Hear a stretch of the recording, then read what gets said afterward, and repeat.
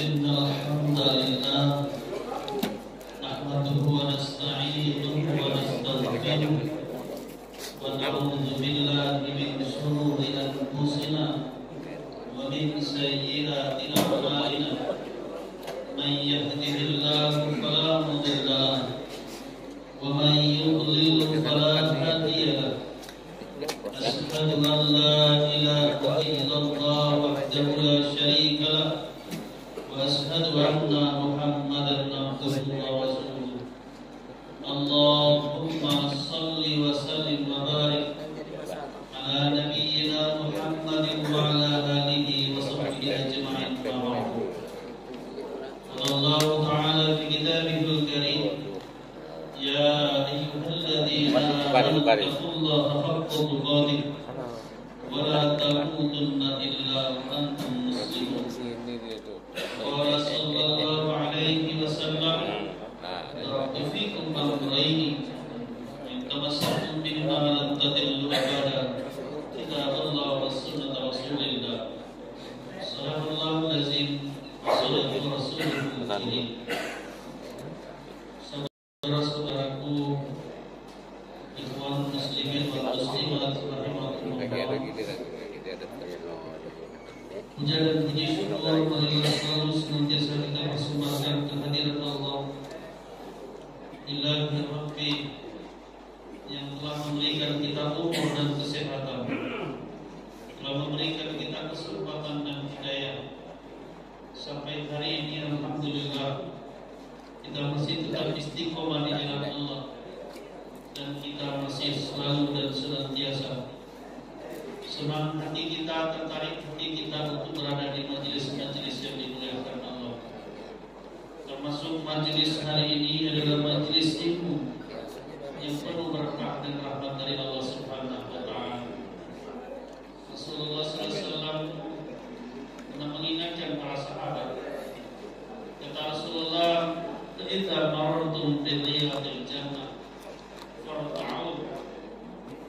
Apabila kalian melewati taman-taman surga, kata Rasulullah, maka mampirlah dan berhentilah di sana. Ditanya oleh sahabat, "Ma riyadil jannah ya Rasulullah?" Apa itu taman-taman surga ya Rasulullah?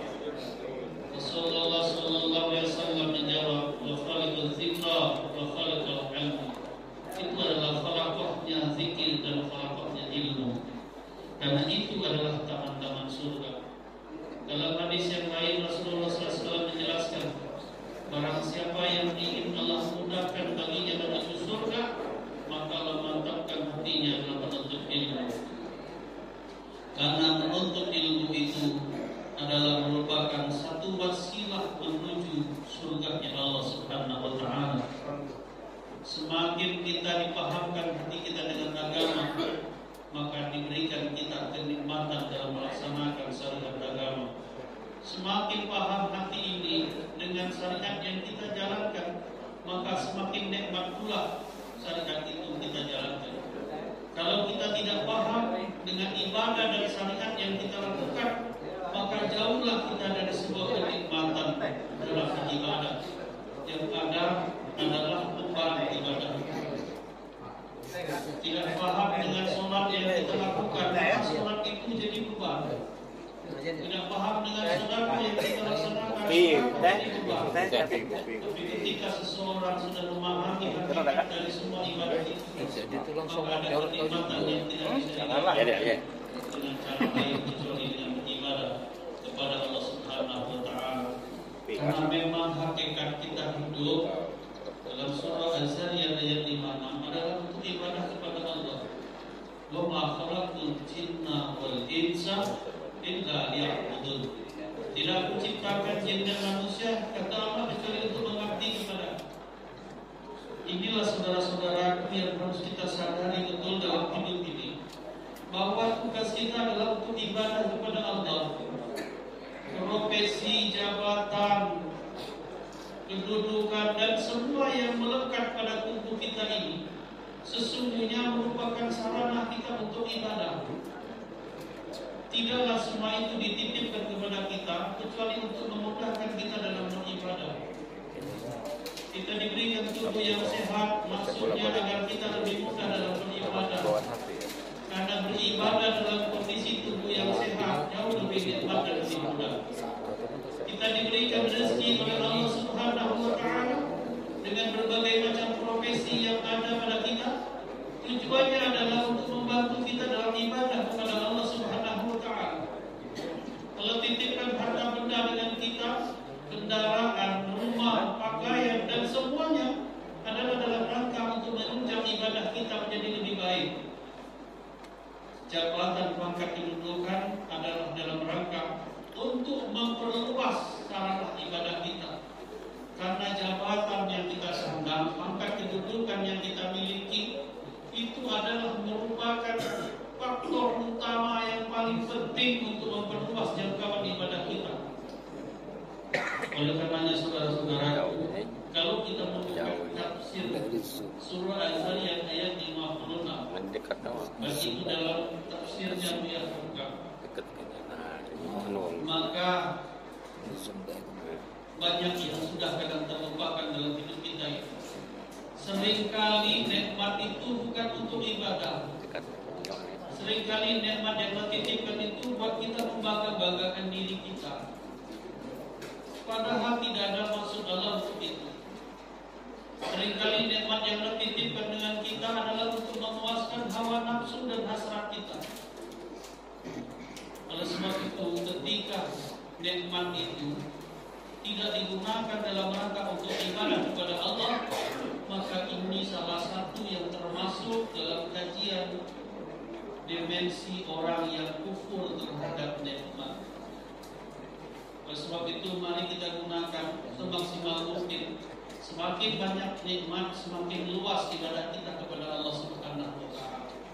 Karena ini akan dimintai pertanggungjawaban pada akhir kehidupan kita dalam yaumil akhir. Saudara-saudaraku yang dirahmati Allah, bagaimana untuk membuat diri ini menjadi nikmat beribadah? Bagaimana membuat diri ini agar lebih paham dalam beribadah? Maka Rasulullah SAW sangat mengharuskan, sangat menganjurkan kita untuk memperbanyak ilmu pengetahuan kita.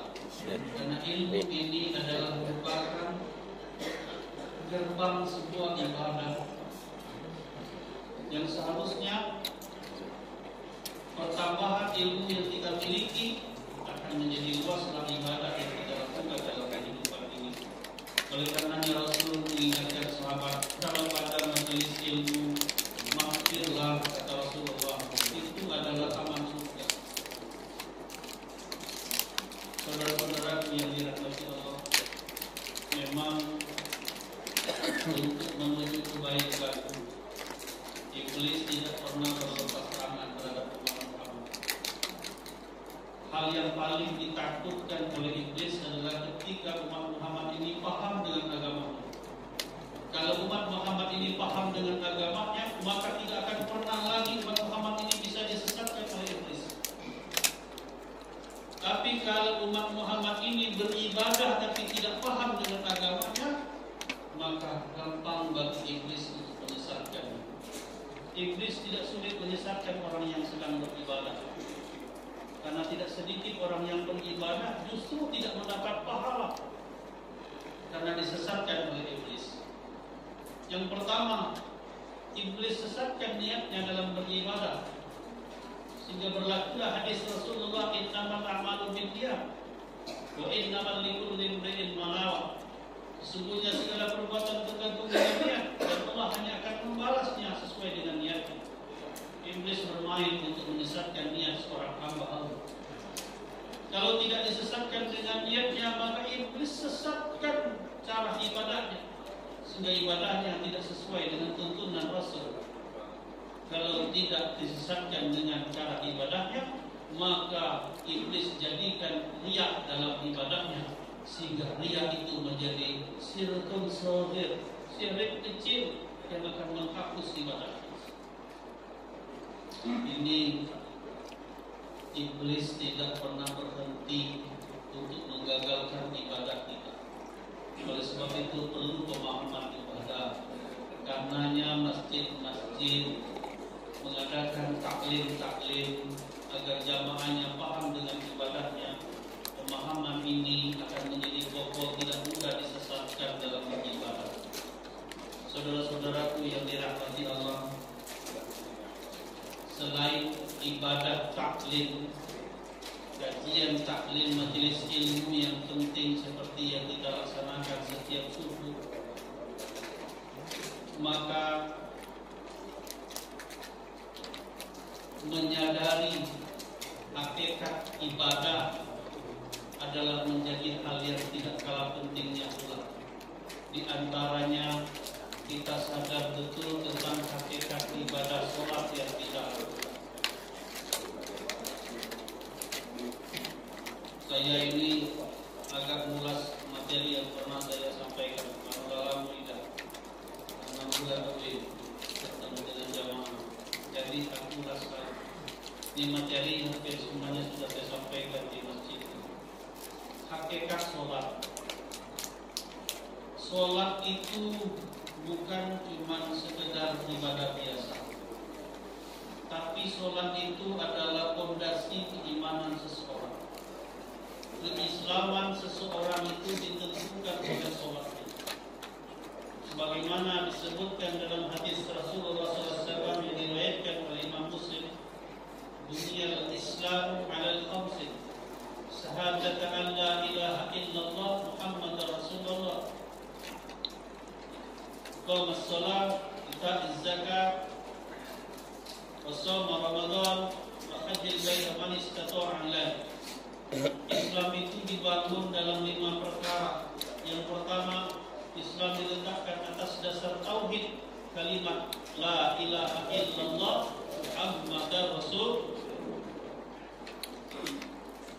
Kalimat tauhid, kesaksian dengan sepenuh hati tidak ada Tuhan selain Allah dan Muhammad adalah utusan Allah. Dari kesadaran kalimat tauhid yang kokoh inilah maka dibangun ibadah pertama sekali yang menunjukkan kalimat tauhid ini, yaitu sholat. Sholat ini adalah merupakan wujud dari kalimat tauhid yang kita sebutkan ini. Oleh sebab itu, bagi orang yang tidak sholat, maka kalimat tauhidnya itu batal. Kalimat tauhidnya itu batal.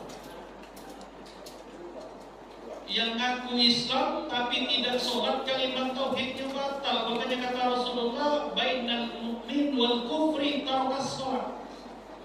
Beda mukmin dengan kafir itu adalah meninggalkan sholat. Karena kalimat tauhid itu akan menjadi batal ketika dia meninggalkan sholat dengan sengaja. Oleh sebab itu jangan main-main sebenarnya masyarakat itu. Telah ngaku Islam, KTP Islam, tapi tidak sengaja. Mati masih tidak dikuburkan secara Islam. Kalau baca hadis ini, meninggalkan sholat dengan sengaja, bainal mu'min wal kufri tarkas sholat, dia sudah kufur, sudah kafir. Artinya sholat ini adalah hal fondasi pertama. Hadis yang lain, kata Rasulullah, as-sholatu imaduddin, sholat itu tiang agama. Aman aqamaha faqad aqamaddin, wa man tarakaha faqad hadamaddin. Orang yang mendirikan sholat, dia mendirikan agama dalam dirinya. Orang yang meninggalkan sholat, dia merobohkan agama dalam dirinya. Satu hadis Rasul menyebutkan beda mukmin dan kafir meninggalkan sholat. Satu hadis lagi Rasul menyebutkan kalau tidak sholat, roboh agama itu. Oleh sebab itu, sholat ini jangan dianggap sepele. Meninggalkan puasa berdosa, tapi tidak menjadikan kafir seseorang. Tapi meninggalkan sholat menjadikan seseorang kafir. Jangan puasa Senin Kamis tapi tidak semayang.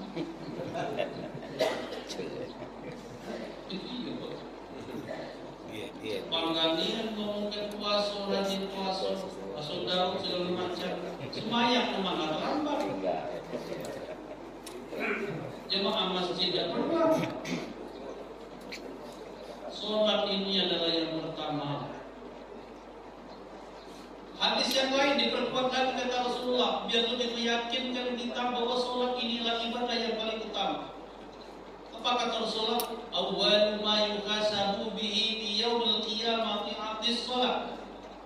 Amalan yang pertama sekali dihisab dihitung di hari kiamat bagi hamba Allah itu adalah sholatnya. Kalau sholatnya benar, kalau sholatnya sempurna, maka akan dihitung amal yang lainnya. Tetapi kalau sholatnya tidak sempurna, maka Allah tidak akan menghitung amalan yang lainnya. Zom. Pakamnian itu aku akan sedekah, rajin pak, masjid itu terus, cuma semayang belum. Sedekah rajin. Yasinan pergi terus, pernah aku tak pergi, cuma semayang main dulu. Aku dikira ini sederhana, tidak semayang. Tidak, bukan tidak sederhana. Karena sholat ini adalah yang pertama. Oleh sebab itu mestinya kita bersungguh-sungguh dalam menjaga sholat kita.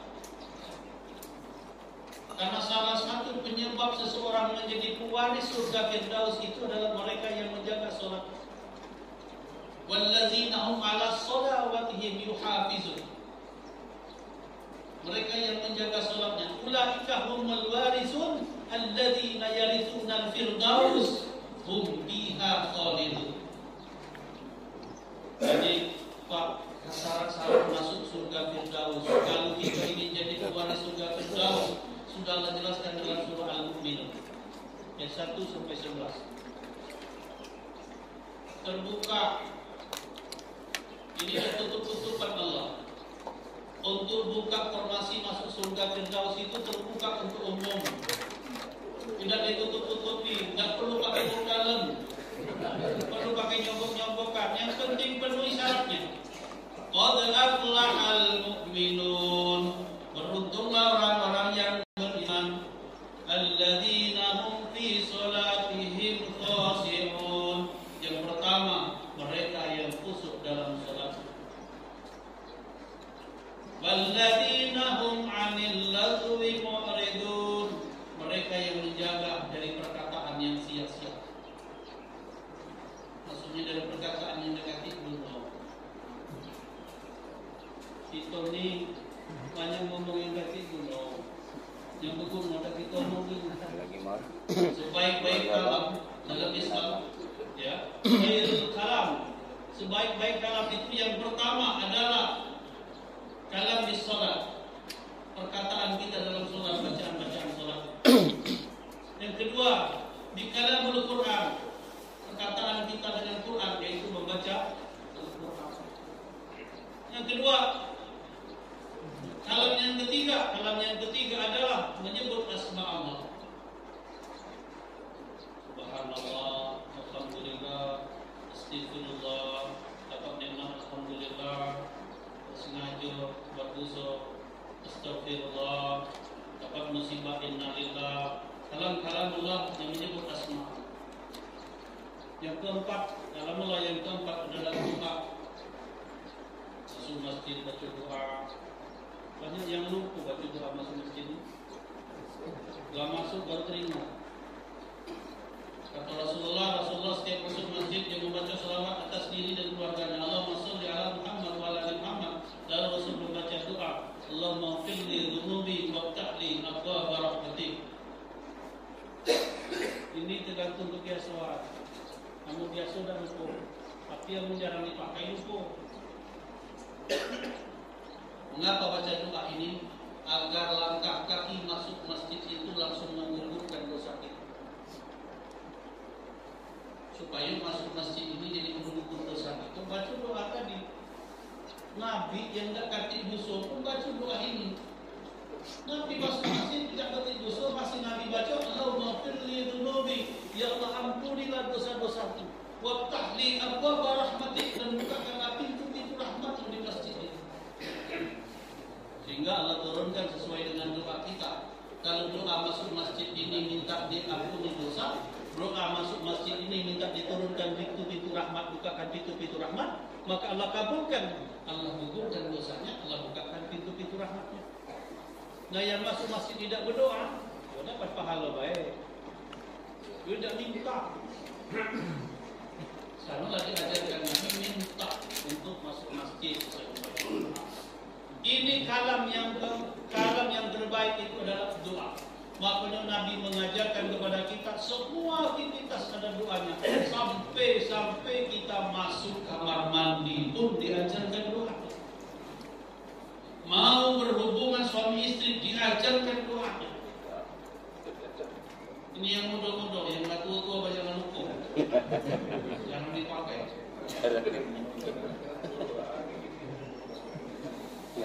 Umur 70 tahun apa lagi itu? Apa lagi lagi?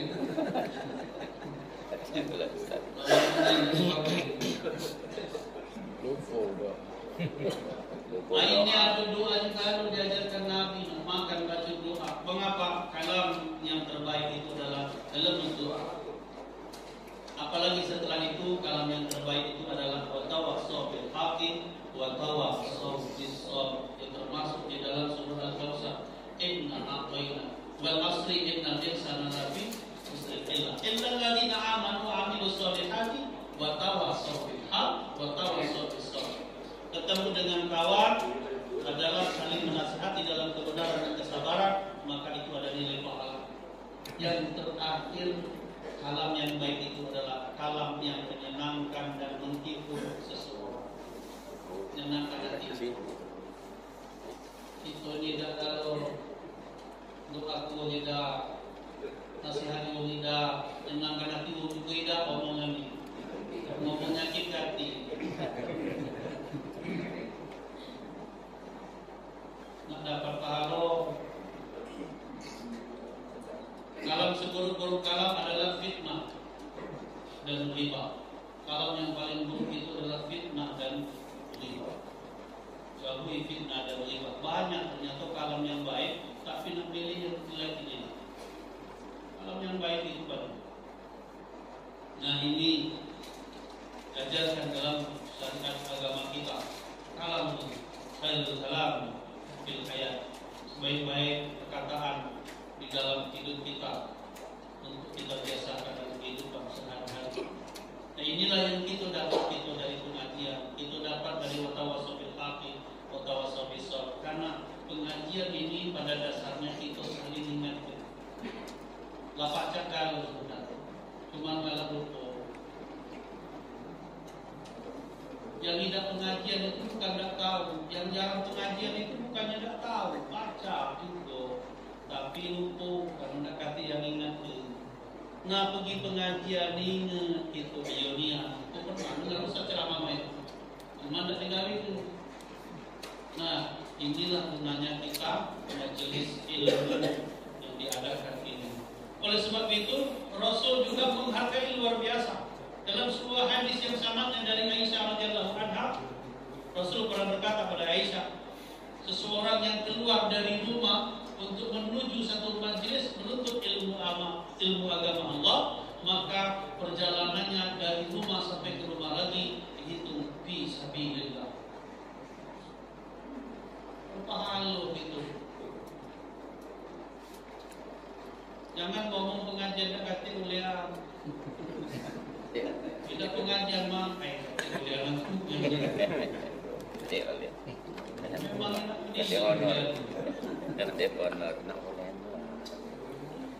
boleh pengajian kita ni yang pertama itu pahala, asal niatnya benar. Yang pertama itu pahala. Yang kedua, insya Allah pengajian ini adalah merupakan amunisi keimanan kita. Ditambah amunisi keimanan kita ini mendengar pengajian itu. Kalau tidak pengajian berkurang terus iman ini. Karena iman ini cenderung berkurang. Namun tidak ditambahi, kalau tidak dipanasi iman ini cenderung berkurang. Pengajian ini, iman kita ini dibangkitkan lagi, ditambahi lagi dengan keimanan kita pengajian. Itu boleh hanya kopi jelas atau cuma namun dia makan boleh kopi di rumah kan? Tapi nanti pahalanya kopi di rumah, kopi di masjid, dapat pahalanya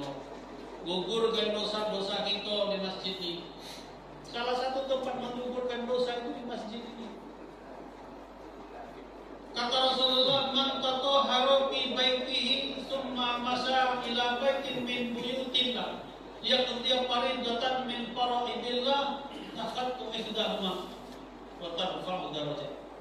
Kata Nabi Muhammad SAW dalam hadis yang sahih, apabila kamu barang siapa yang bersuci di rumah, maksudnya berwudu, lalu dia keluar menuju salah satu rumah Allah, entah itu masjid atau mushola, dia paridotan min faraidillah, untuk melaksanakan salah satu di antara sholat fardu.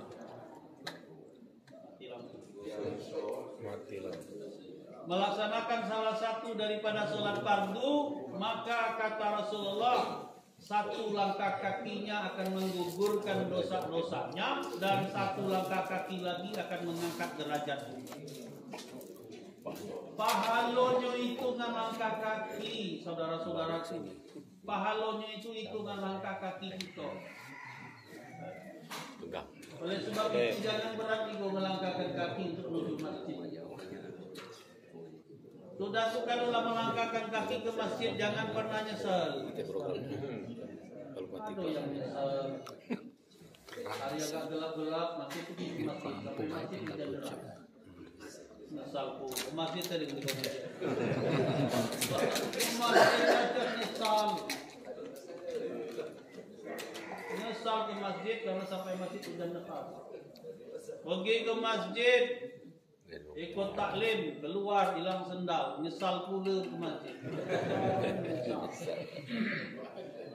Oleh sebab itu, kalau kita sudah melangkahkan kaki ibadah ke masjid ini, maka kita sudah ikhlas betul-betul karena Allah Subhanahu wa Ta'ala. Ikhlas dengan segala yang kita dapatkan di masjid ini, karena kita yakin Allah pasti memberikan yang terbaik dengan segala keikhlasan kita mendatangi masjid untuk taklim. Kita tidak datang itu adalah sebuah kerugian yang besar bagi kita, karena ini kesempatan. Apalagi amun kita lah di dalam, begitu dibuka taklim kita balik. Itu namanya menghindari surga. Kecuali kalau memang kita ada hajat dan urusan kita. Sebagian masjid dengan kesadaran jamaahnya, mereka berbondong-bondong mendatangi majelis taklim. Yang pertama yang dia dapat bukan ilmunya, tapi yang dia dapat yang pertama adalah pahala, taman surganya. Yang kedua yang dia dapat itu adalah sentuhan hatinya. Baru yang ketiga, yang terakhir barangkali yang dapat adalah ilmunya. Karena ilmu itu tidak cukup dengan taklim ini, kita nak belajarnya. Tapi ini insya Allah mendapatkan sentuhan hati dari majelis taklim yang kita harapkan. Oleh sebab itulah saudara-saudaraku,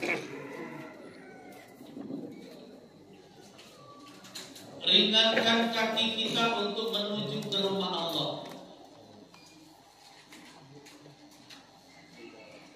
Ringannya kaki menuju rumah Allah ini banyak yang kita dapatkan. Di antaranya adalah pengampunan dosa-dosa kita. Pengampunan dosa itu tidak cukup cuma mengucapkan astagfirullahalazim. Tiap kali mengucap astagfirullahalazim, ke masjid dah, semayang dah, sedekah dah, ke Quran dah, ada tembusnya musuh itu. Lemah baik minta ampun, tebusnya loh. Dosa kaki ini kita tebus kaki ini untuk saling berangkat ke masjid. Dosa di tangan dan di anggota tubuh ini kita bersihkan dengan air wudu. Oleh sebab itu air wudu itu salah satu daripada fadilah air wudu. Selain dia itu menjadi syarat sahnya ibadah sholat, maka air wudu itu setiap aliran mengalir dari anggota wudu, maka berguguran kata Nabi dosa-dosa kecil di antaranya yang ada di anggota wudu. Makanya anggota wudu itu yang kita cuci itu adalah rata-rata tempat dosa baru. Cuci muka yang pertama. Di muka ini banyaknya dosa. Dosa mata. Mata ni sekarang ni zaman HP, kan bagus mata tambah banyak. Dosa mata. Dosa hidung, dosa mulut, inilah yang kita usap itu. Makanya usuk-usuknya kalau untuk usap muka, cak kita bersihkan dosa itu. Mantul. sebenarnya nusul. Mulut nih. Jangan ini ada fadilah yang tersimpan di dalamnya itu. Bayangkan ketika kita mencuci muka kita, akan berguguran dosa-dosa yang ada di muka kita dengan air wudhu. Maka juga kita katakan perlu paham kita dengan ibadah kita supaya nikmat. Mengapa nikmat kita berwudhu? Karena kita merasakan setiap kali tarikan air wudhu di anggota wudhu kita merasa akan berguguran dosa-dosa. Makanya sahabat Nabi Bilal bin Rabah itu tidak pernah batal, selalu berwudhu. Kapan batal wudhu? Pada waktu Nabi Isra wal Mi'raj, Rasulullah SAW mendengar ada suara langkah kaki orang melangkah di depannya ketika Rasulullah diajak malaikat Jibril untuk berkunjung di surga. Melangkah adalah langkah kaki orang. Ditanyalah oleh Nabi dengan malaikat Jibril, ya Jibril, itu siapa di depan gitu? Itulah langkah kaki Bilal bin Rabah. Terkejutlah Nabi, Bilal bin Rabah ini seorang hamba saya yang dibebaskan oleh Rasulullah. Yang ini cuma nebak. Azin banyak ini. Tahu-tahu di surga dulu dekat Nabi. Siapa itu? Bilal bin Rabah, kata malaikat Jibril. Sampai selesai Isra Mi'raj ketemu dengan Bilal bin Rabah, ditanya Nabi, Bilal sibuk kau? Apa dia amalan kau? Bingung Bilal. Nabi nanya dengan Bilal, apa dia amalan kau? Uji Nabi hebat Bilal ini, aku dia amalan ini. Percaya dulu ya, masuk kau. Bilal di antara disebutkan Bilal adalah dia tidak pernah berhadas kecuali dia berwudhu. Kita yang muda sembahyang, tak wudhu, masuk masjid, dalam masjid, 3 kali kentut, belum sembahyang, belum azan, azan pai. Wah rugi, makanya kita perlu kajian.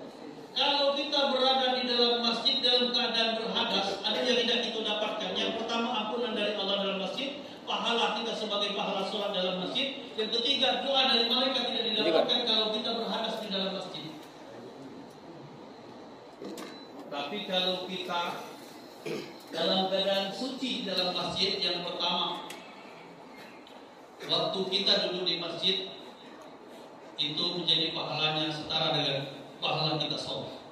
Yang kedua, kita didoakan oleh malaikat dengan doa Allahumma ighfir lahu warhamhu, ya Allah ampunilah dosanya dan sayangilah dia, karena di dalam masjid tidak berhadas. Ini pelajaran fikihnya. Makanya di masjid itu mesti wajib pada tempat wudhu. Sebab supaya jamaah setiap dia berhadas, dia bisa segera berwudhu.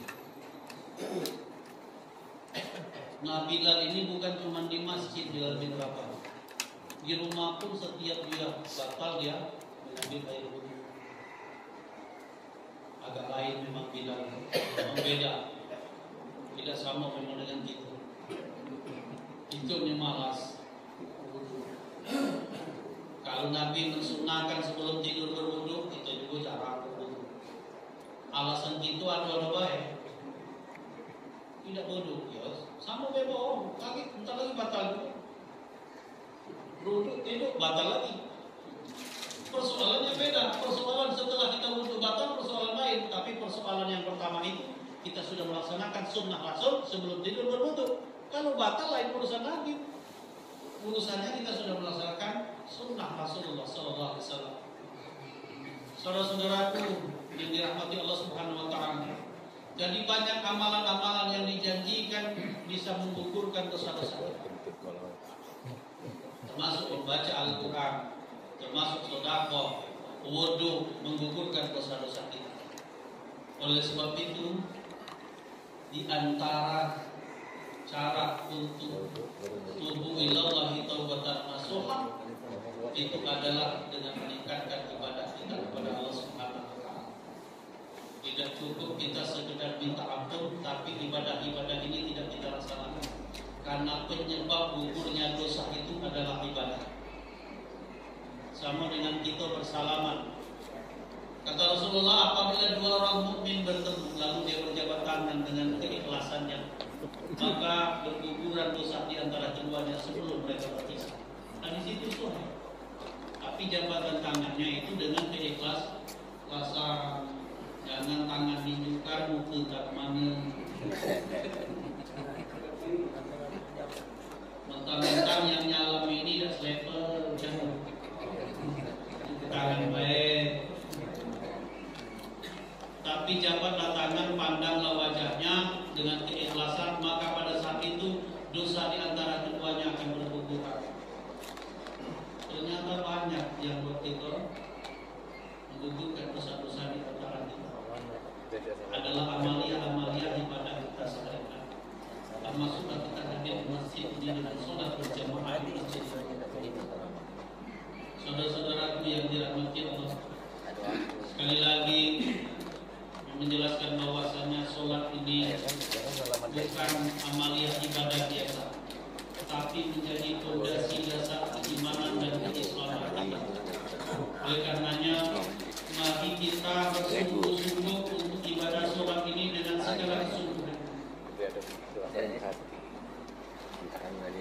Karena inilah salah satunya jadi penyebab terbukanya surga Allah.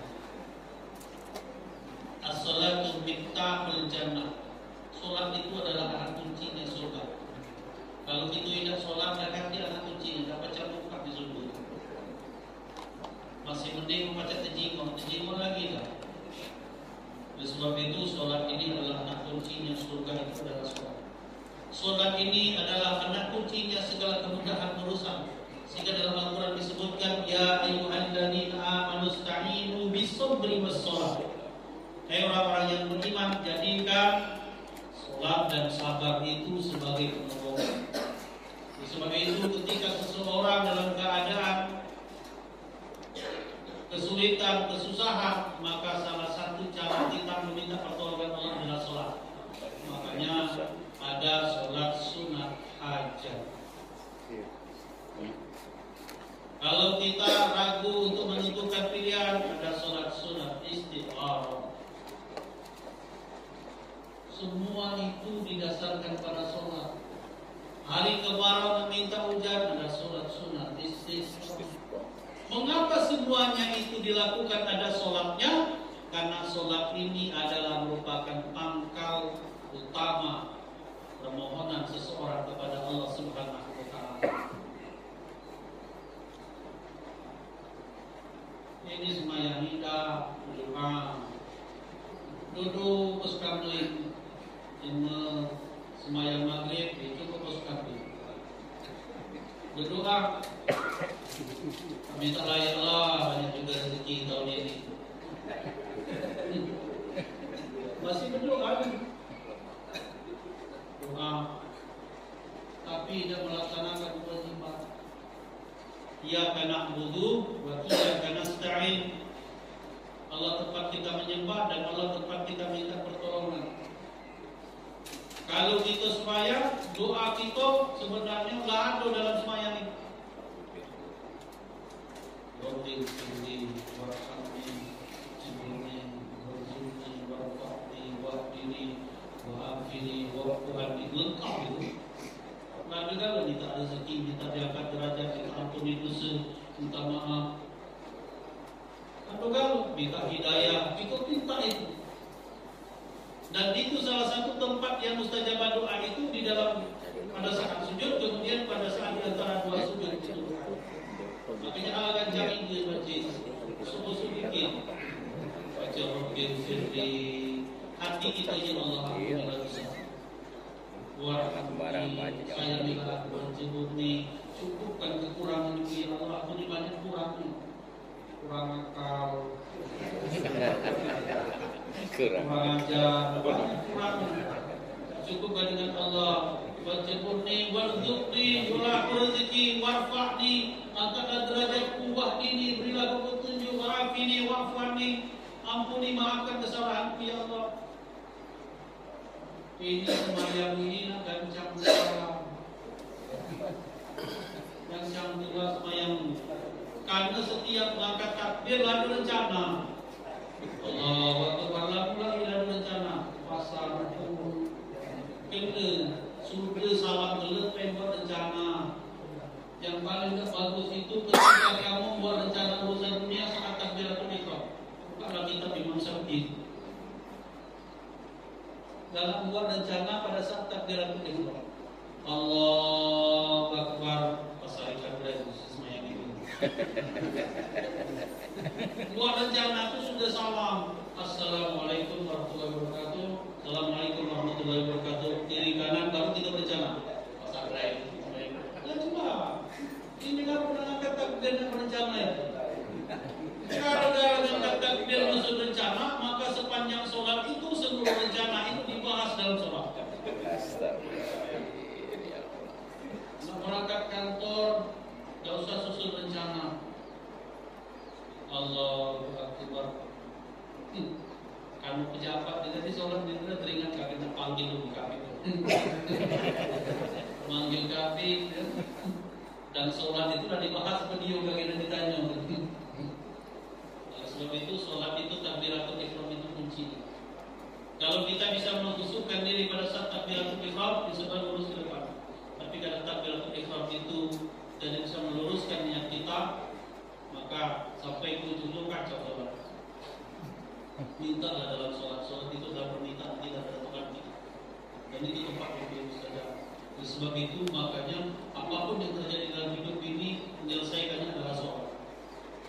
Bisa ambil air wudhu sholat. Sholat anggota pokoknya sholat 2 rakaat itu namanya sholat sunat mutlak. Kalau kegelisahan kita, hati kita bingung pada Allah, ambil wudhu, sempurnakan wudhu, menghadap kiblat, sholat 2 rakaat. Sholat sunat 2 rakaat. Adukan dengan Allah Subhanahu wa Ta'ala. Apa yang ada permasalahan kita, insya Allah akan berikan jalan keluar. Karena Allah jelaskan dalam Al-Quran, wa may yattaqillah yaj'al lahu makhrajan wa yarzuqhu min haitsu la yahtasib. Barang siapa yang beriman dan bertakwa kepada Allah, pasti Allah berikan jalan keluar setiap kesulitannya. Dan ini kita yakin, kesulitan pasti berikan jalan keluar dari Allah Subhanahu wa Ta'ala. Dan pasti Allah beri rezeki dari jalan yang tidak disangka.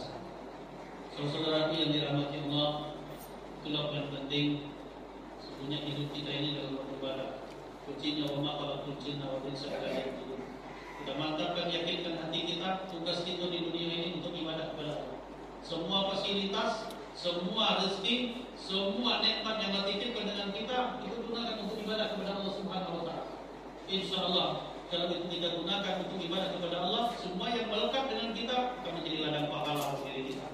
Tapi kalau tidak, kita termasuk orang yang khianat dengan titipan Allah Subhanahu wa Ta'ala. Ini saja barangkali dapat saya sampaikan kesempatan ini. Kemudian orang saya mohon maaf, pun ada yang didiskusikan. Silakan. Assalamualaikum warahmatullahi wabarakatuh. Waalaikumsalam. Ada yang tanya, ini diterima dengan almarhum Haji Ibu ini. Tujuan tanya Pak Ariel. Ada yang tanya? Mungkin sudah terlalu lengkap ya apa yang disampaikan oleh Ustaz ini. Jadi itulah artinya bahwa mungkin bisa diambil sebuah kesimpulan bahwa seluruh fasilitas yang ada di kita ini, fasilitas pada sehat, fasilitas kendaraan, fasilitas dekat dengan masjid, mari kita gunakan semuanya itu untuk ibadah di samping sibuk kita sehari-hari ngurusi kehidupan kita dunia. Barangkali itu terima kasih. Ini sebuah pencerahan di samping Ustaz kita ini kapasitas beliau sebagai Ketua Majelis Ulama Indonesia sangat tepat. Barangkali apa yang telah disampaikan. Terima kasih banyak.